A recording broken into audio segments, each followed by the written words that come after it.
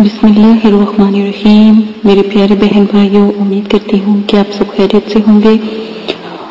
آج جو میں آپ کو وظیفہ بتانے جا رہی ہوں، ایک طرح سے یہ وظیفہ بھی ہے اور ایک طرح سے یہ عمل بھی ہے کہ دشمن کی بربادی۔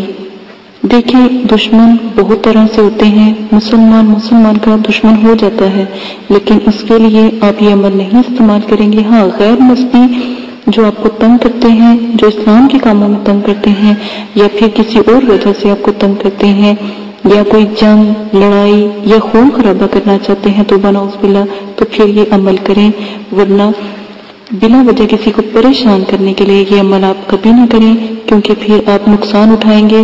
یہ نہ ہو کہ اگر عمل آپ کرتے ہو تو پلٹ کر وہ آپ کے اوپر نہ آ جائے۔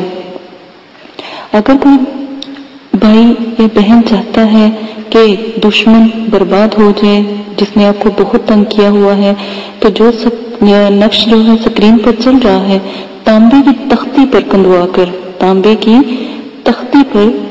کر منگل کے پہلی ساتھ میں، یعنی منگل کے پہلے، مطلب جیسے منگل کا دن ہوتا ہے تو جیسے پیر سے منگل کی رات شروع ہو جائے گی، تو آپ عشاء کے ٹائم بھی یہ عمل کر سکتے ہیں، اور پھر پورا دن مغرب تک آپ یہ عمل کر سکتے ہیں۔ لیکن آپ پہلی ساتھ جیسے ہی مغرب کی اذان ہوگی، اس کے بعد اسلامک مہینے کے حساب سے یا دنوں کے حساب سے اگلا دن شروع ہو جاتا ہے، تو آپ عشاء کے ٹائم یہ عمل کر سکتے ہیں۔